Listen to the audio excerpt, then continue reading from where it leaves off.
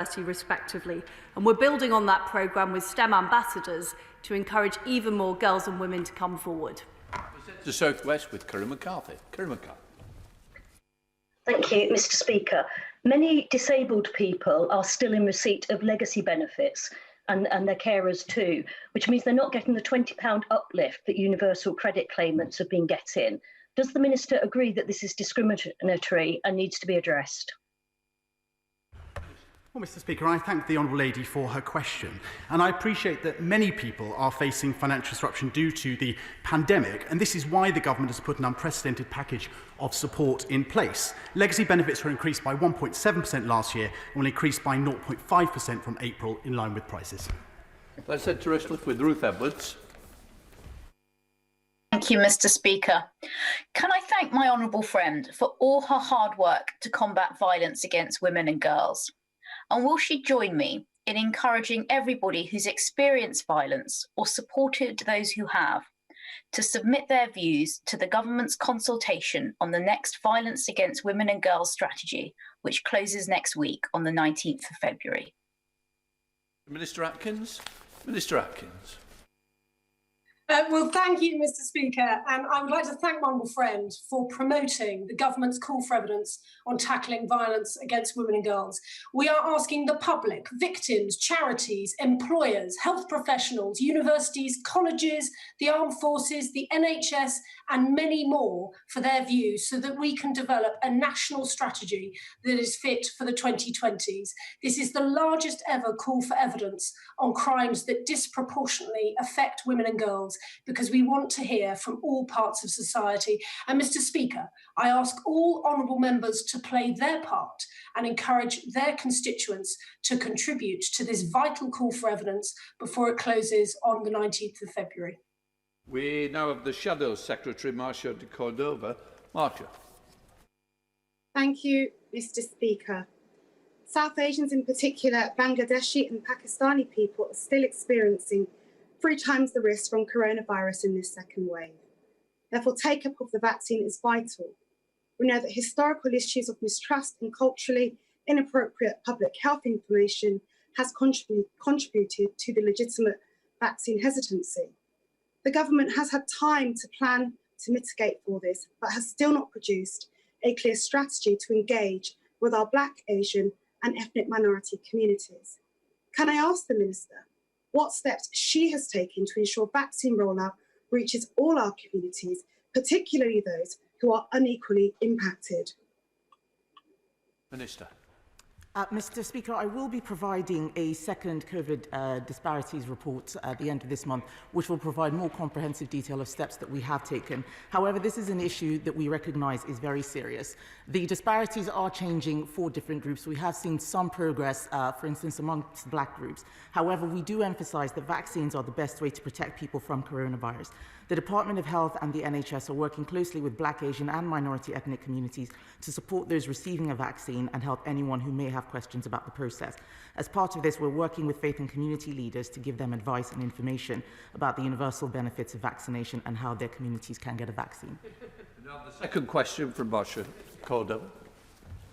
Thank you, Mr. Speaker. The government has failed to consider the impact on equalities resulting from its responses to the pandemic. COVID mortality rates are twice as high in deprived areas, and the lowest paid are more than twice as likely to have lost their jobs. This is why the government has a legal duty, as set out in the Equality Act, to consider the effects of policies on inequality, whether ministers would agree or not. As the Minister for Women and Equality has yet to reply to my letter dated on the 14th of January, can she now say that she will work to ensure all government departments undertake and publish equality impact assessments on all its responses to this pandemic? Mr. Speaker, I completely reject the Honourable Lady's assertions. We do have a strategy, and one part of that strategy is to ensure that ethnic minorities are not stigmatised. The issues around coronavirus are complex. We have released information in various reports that show what the risk factors are, and we have also outlined a plan to address them. We have the final question from Mark Menzies up in Lancashire. Mark Menzies. Mr. Speaker, there is growing concern that an increasing number of women are becoming victims of online gambling addiction, with resulting financial and mental health issues. What steps is the government taking to truly understand the scale of the problem and to safeguard women from predatory recruitment tactics? Mr. Speaker, rates of problem gambling amongst women do remain very low, but we know how devastating its impacts can be. The Gambling Commission is looking at the way it collects data on gambling participation and problem gambling to make sure we have access to even more robust and regular data on the issue. The government is also reviewing the Gambling Act to make sure we have the right protections in place to make gambling safer for all. Right, thank you for that. We're now coming to Prime Minister's questions, where I'm going to be calling... Prime Minister, come on, let's be having you. Gurry Sambrook's waiting. Gurry Sambrook. One, sir. Mr. Speaker, this morning I had meetings with ministerial colleagues and others. In addition to my duties in this House, I shall have further such meetings later today. Gurry Sambrook. Thank you, Mr. Speaker. Over the last week, thousands of people across Frankly Great Park and South Northfield have done what's been asked of them to go and get a test because of a small number of South African variant cases in the constituency. Would the Prime Minister join me in thanking Dr Justin Varney and Councillor Simon Morrell and Birmingham City Council for everything they've done to be able to scale up mass testing across Frankly Great Park and encourage anyone who hasn't had a test so far to get one at one of the designated sites? Yes, indeed, Mr. Speaker. I thank my honourable friend for raising it, and I join him in thanking the NHS staff who are scaling up the surge testing in the way that he describes, and I encourage everybody in the area, and indeed throughout the country, to get a vaccine when you're asked to do so. Let's come to the Leader of the Opposition, Keir Starmer. Mr. Speaker, can I begin by thanking everybody involved in the vaccine rollout? We've now vaccinated, I think, 12.6 million people. We're on course to vaccinate the first 4 priority groups by the end of this week. That's a truly amazing achievement. Can the Prime Minister confirm today that the government will extend business rate relief beyond March 31st? I'm afraid, Mr. Speaker, I'm glad to hear him join in praise of the vaccine rollout, which is indeed, I think, a tribute to the NHS staff and the Army, the volunteers, and many, many others. And on his point about the extension of business rate relief, he knows that this government is committed to supporting businesses and people, livelihoods throughout the pandemic. That is what we will continue to do, but he should wait until the budget for the Chancellor to explain exactly what we're going to do.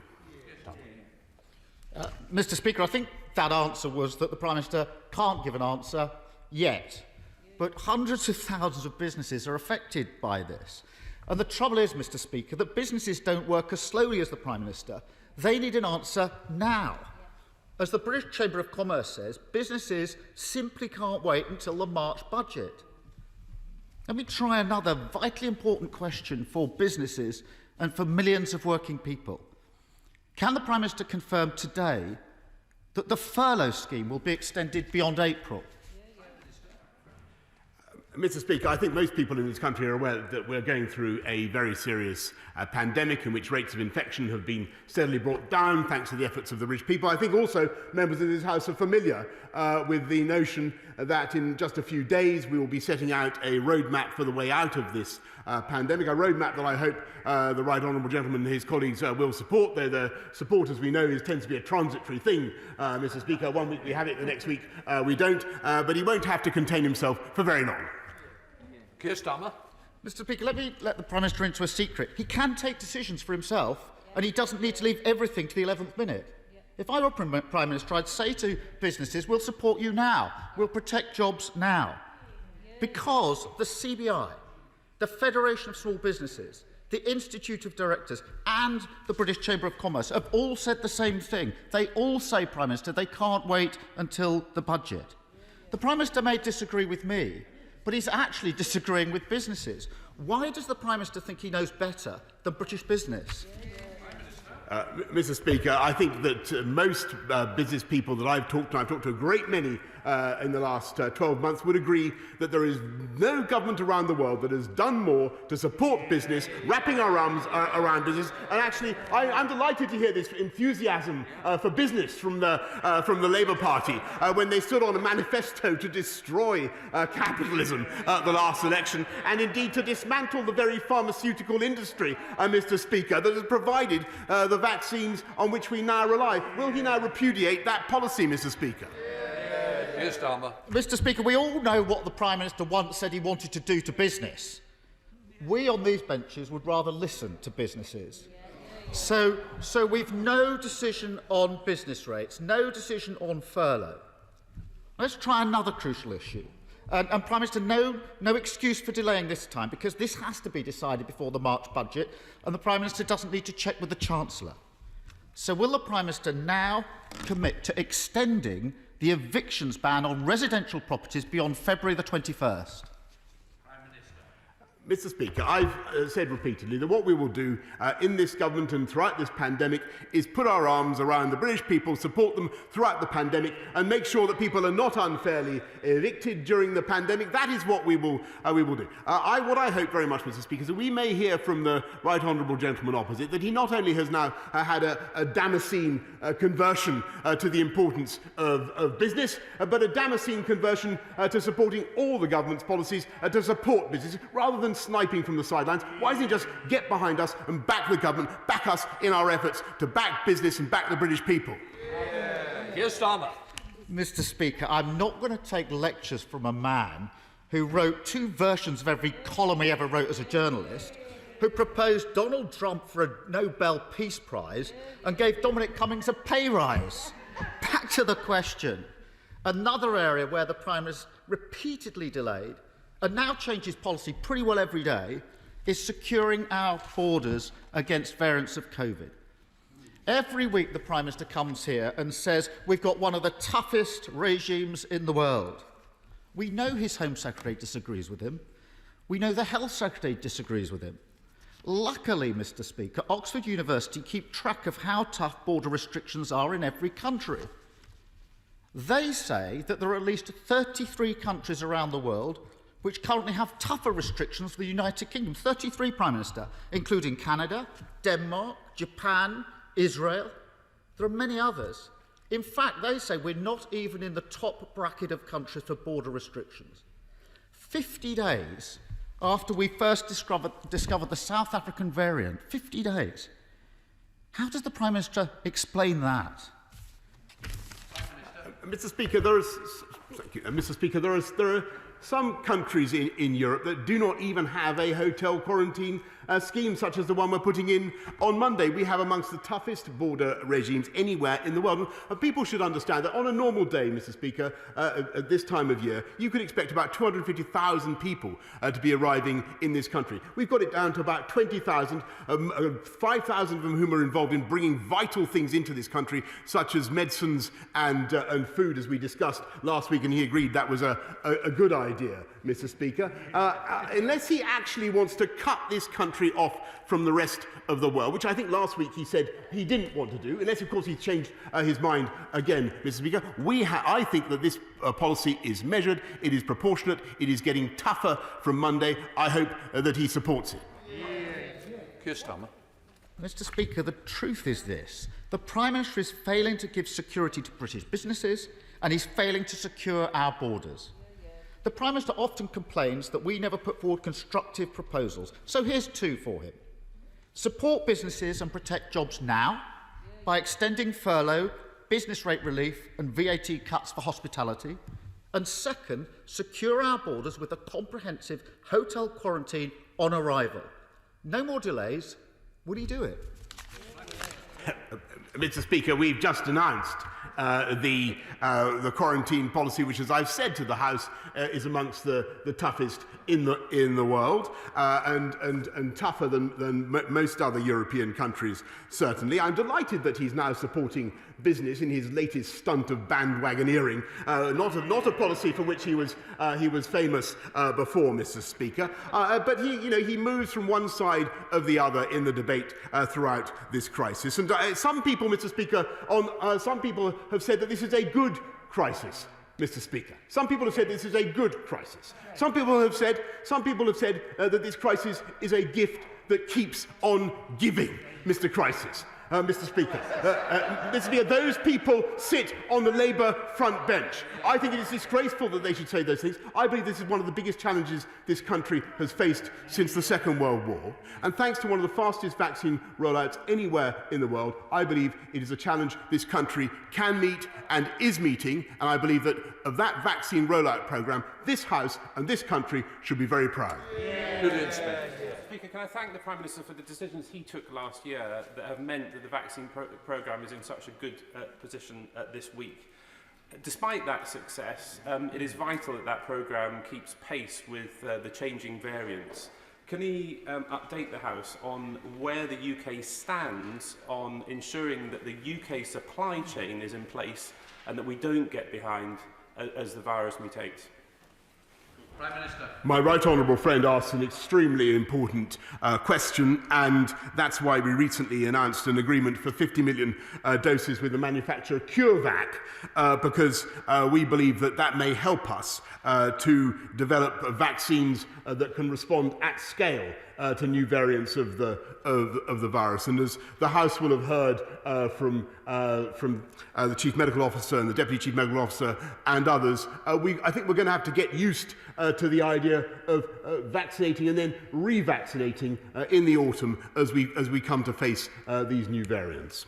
Let's head up to Skye and Lochaber with SNP leader Ian Blackford. Ian Blackford. Thank you, Mr. Speaker.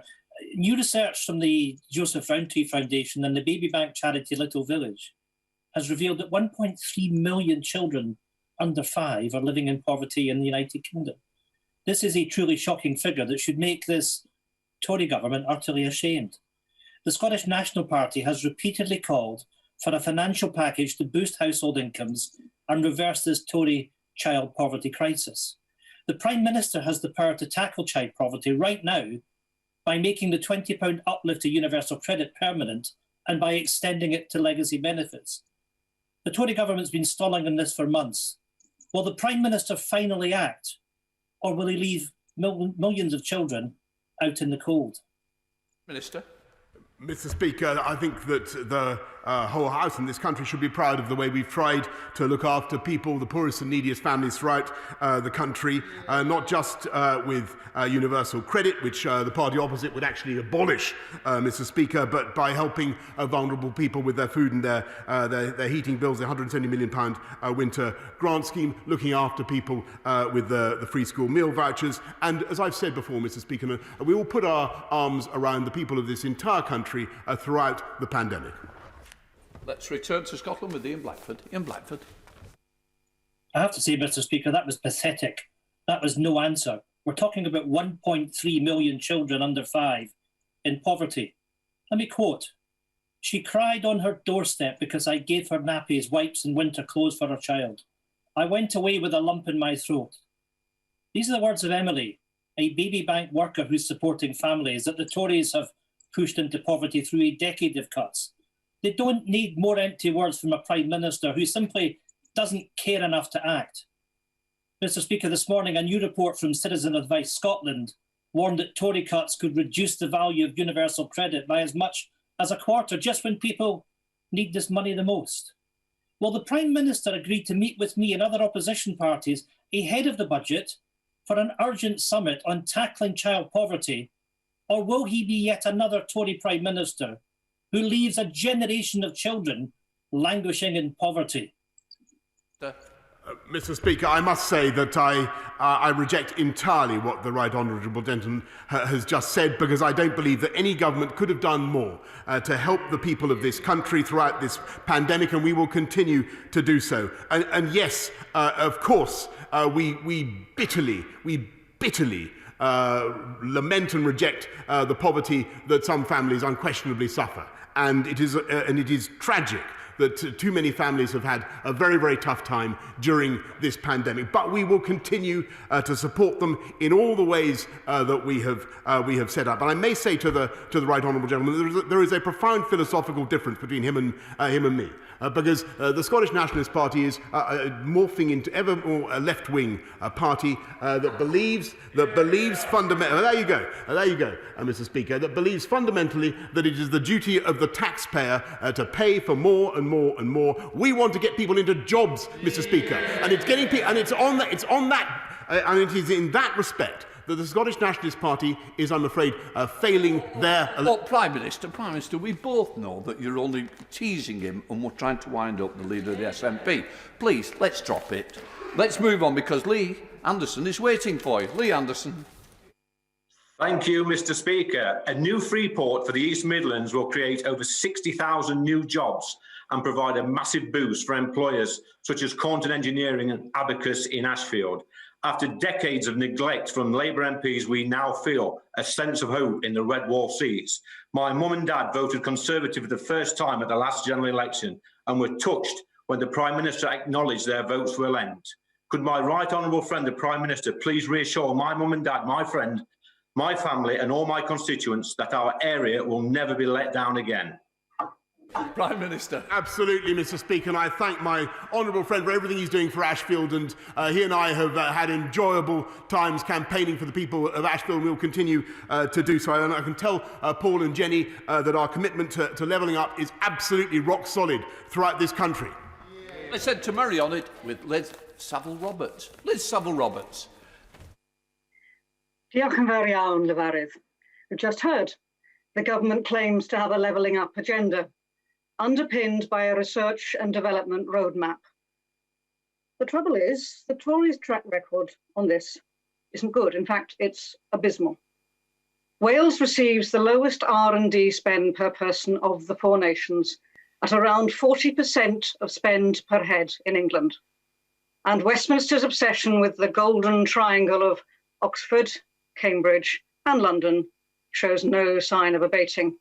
Will he now commit to a fairer, devolved R&D funding settlement to the Senedd? Or is he content for Westminster's roadmap to be Wales's road to nowhere? Prime Minister. Mr. Speaker, I'm afraid I think she's doing Wales down, and the people of Wales down, and the ingenuity of Wales down, because I think about a quarter of the airline passengers in the world are borne aloft on wings made by the Welsh aerospace sector, Mr. Speaker. Bridgend is going to be one of the great centres of battery manufacturing in this country, if not the world. Wales is at the cutting edge of technology under this government's plans for a record spending on R&D, £22 billion by the end of this Parliament. Wales, along with the whole of the rest of the UK, will benefit massively. Let's head to Cheshire with Dr. Kieran Mullen. Dr. Kieran Mullen. Thank you, Mr. Speaker.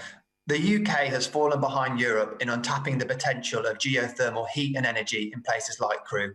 Will the Prime Minister meet with me to discuss how we can ensure geothermal helps us build back better with a revitalised package of incentives for industry?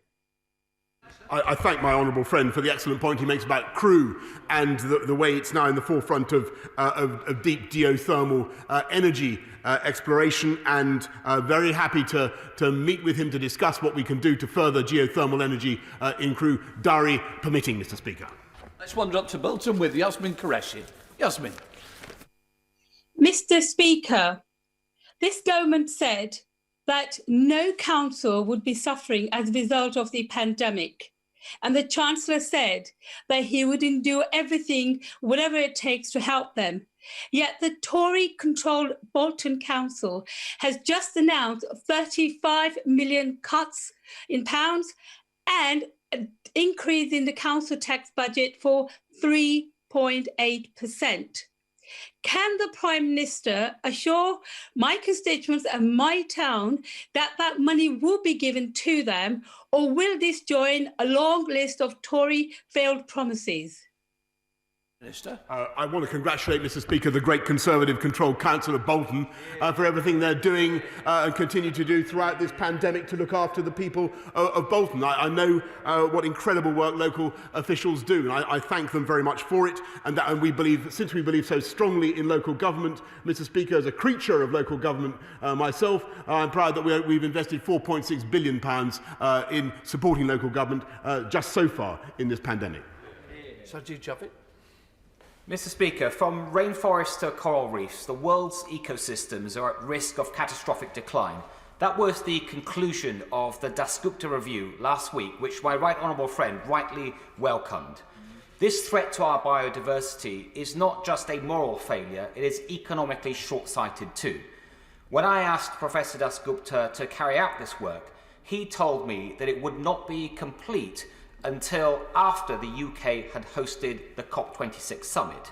But now, given that the summit has been delayed until later this year, and that it will take place alongside our presidency of the G7, does my right honourable friend agree with me that the UK has been presented with a unique opportunity to show global leadership on how we can better protect our most precious asset, nature?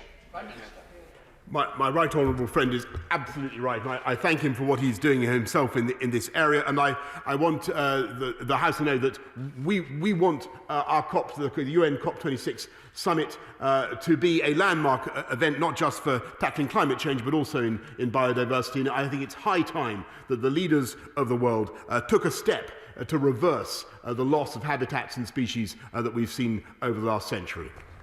Let's head up to Oxfordshire with Layla Moran. Layla Moran. Thank you, Mr. Speaker. It's estimated that up to 400,000 people are living with the debilitating effects of long COVID, and some of these are NHS heroes who caught COVID in that first wave. Nearly a year later, I've heard from a doctor who says she wonders if she'll ever be able to walk unaided again, let alone manage a full day of work. Does the Prime Minister recognise that for this group, long COVID is an occupational disease? And will he set up a compensation scheme similar to what we offer our armed forces, so that we ensure that those who have lost their livelihoods by saving lives are fully supported? Thank the honourable lady, because she's right to highlight the incredible sacrifice and effort of NHS staff, many of whom sadly have contracted COVID in the course of their duties, and a great many of whom have sadly continued to be affected by that disease. We must study the long-term effects of COVID and make sure that we continue to look after our wonderful NHS staff throughout their careers. To Yorkshire with Julian Sturdy. Julian Sturdy. Thank you, Mr. Speaker. Can the Prime Minister confirm today that all students will be back in school no later than the 8th of March and commit to starting any phased return straight after half-term, so that the really damaging effects of being away from school are not drawn out for any longer than is absolutely necessary? Mr. Speaker, I can certainly confirm that we're going to do everything we can, and I know that that's the settled will of most people in this House to get our kids, get school children back on March the 8th, if we possibly can. I'll be setting out for my honourable friend as much as we can say on Monday, and then in the week of the 22nd, we'll be setting out a roadmap and setting out the way forward for schools. But we've got to make sure we keep this virus under control, Mr. Speaker. It is coming down, but we cannot take our foot off its throat. Let's head up to the North East with Ian Mearns. Ian Mearns. Very grateful, Mr. Speaker. Having sat on the HS2 Hybrid Bill Committee for 15 months, I was a sceptic as to the economic benefits of the project for the North East. But HS2 is going ahead, at least in the south. It's therefore crucial that the eastern leg of HS2 goes ahead, not just for Yorkshire and the East Midlands, but also for the North East.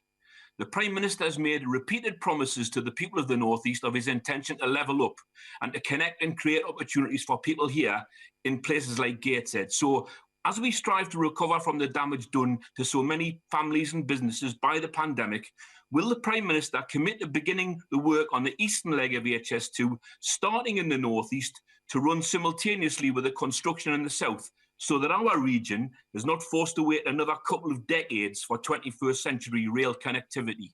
Prime Minister.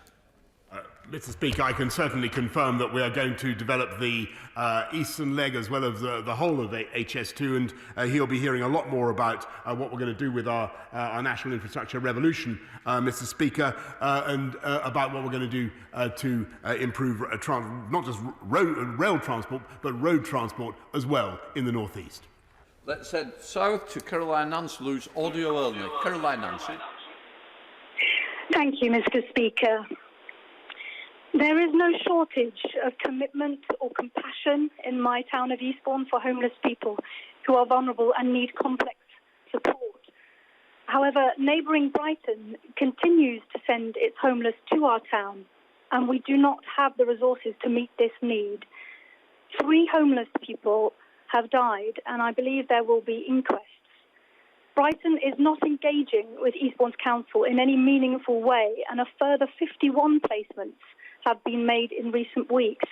Will my right honourable friend join with me in urging immediate engagement from Brighton and Hove council leaders on this as a matter of urgency?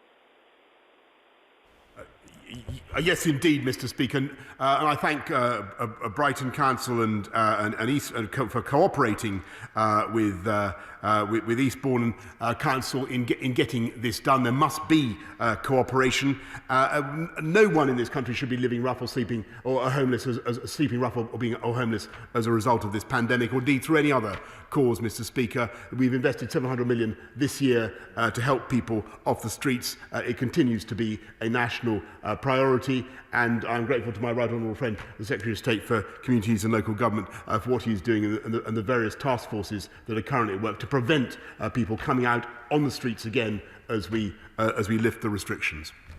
Let's head to South Wales with Geraint Davis. Geraint.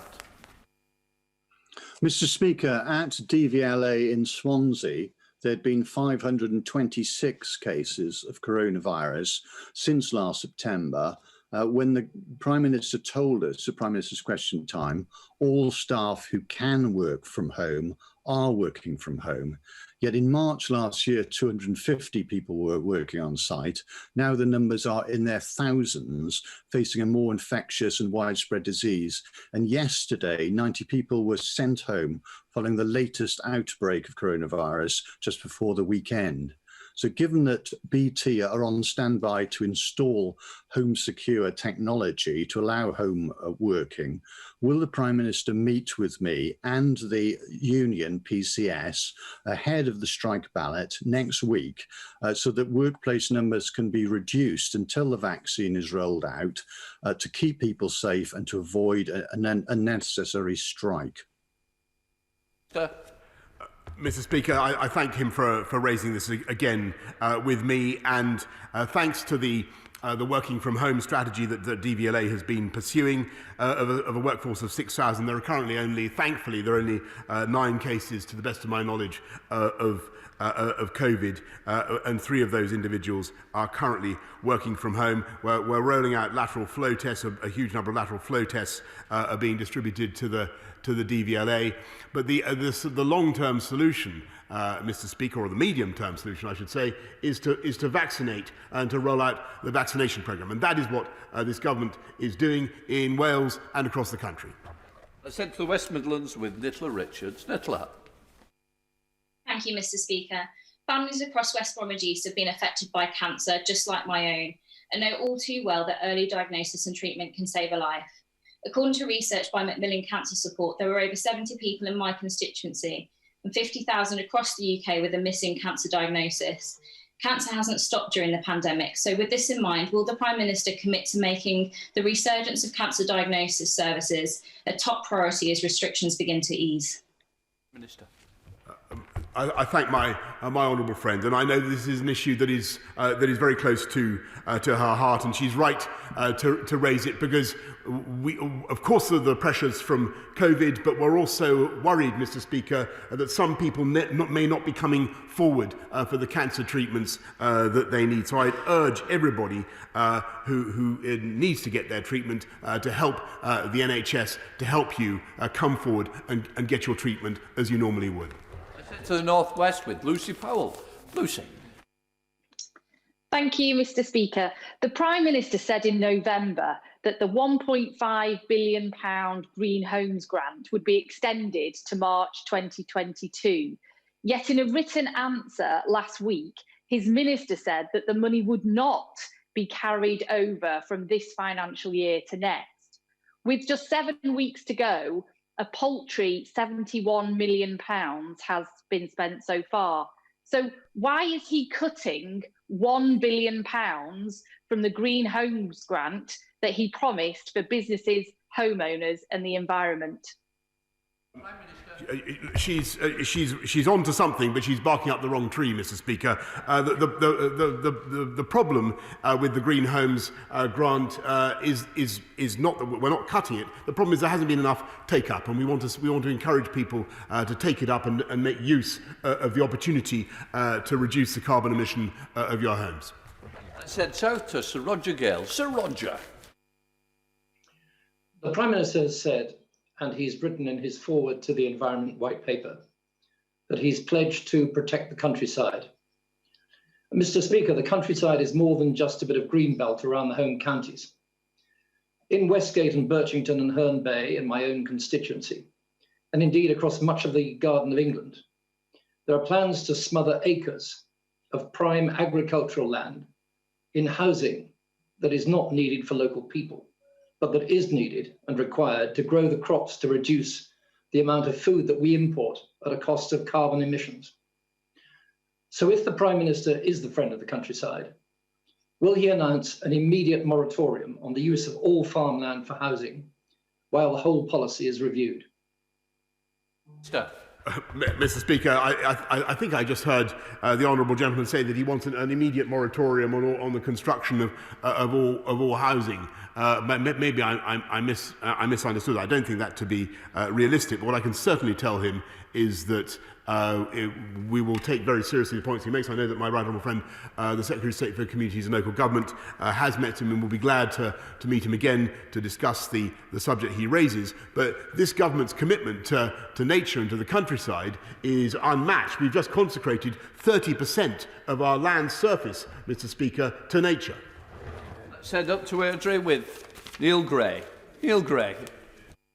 Thank you, Mr. Speaker. I had a meeting recently with the PCS about public sector pay and heard from constituents in Shotts and Calderbank who work for UK government departments. Both are struggling to cover over a real terms pay cut over decades. One has had to take partial early retirement so the lump sum could keep him going. What will the Prime Minister say to the Chancellor to convince him of the need to properly reward all those who have been on the front line during the COVID pandemic and at the very least follow the Scottish Government's lead in fully funding a rise in public sector pay? Prime Minister.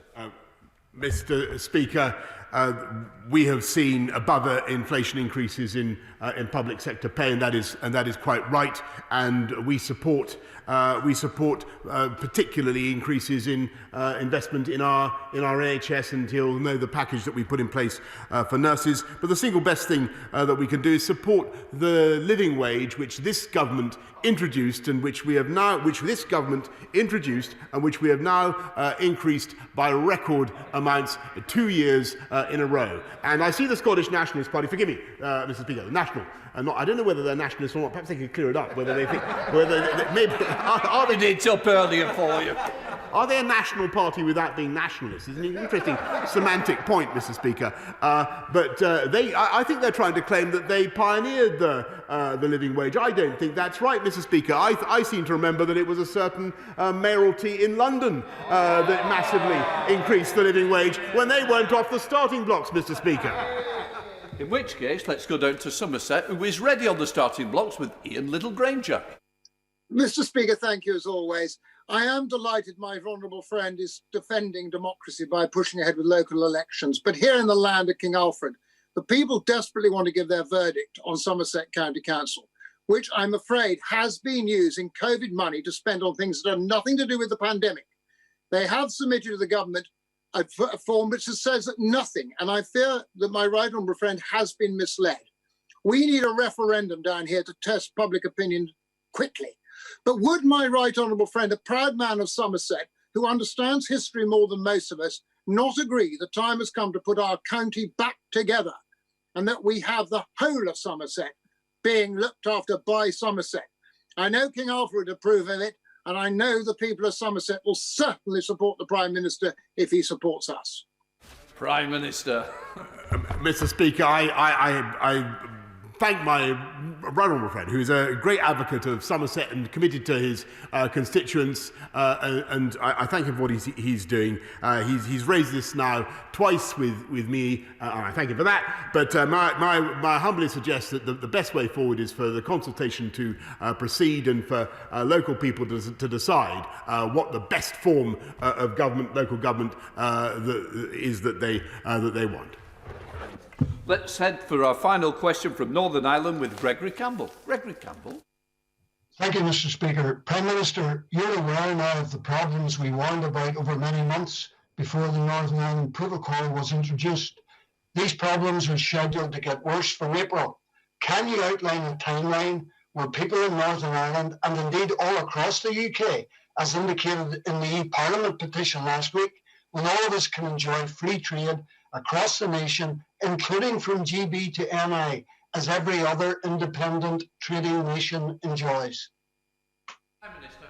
Yes, indeed, Mr. Speaker, and I've made it absolutely clear to our EU friends and partners that we want to make our relationship work, but it is also absolutely essential that there should be untrammelled free trade exchange of goods, people, services and capital through all parts of the UK, and we will do everything we can to ensure that that is the case, including, as I've said in the chamber before, and to his honourable colleagues, including invoking Article 16 of the Protocol if that is necessary. I'm suspending the House for 3 minutes to enable the necessary arrangements for the next business to be made. Order.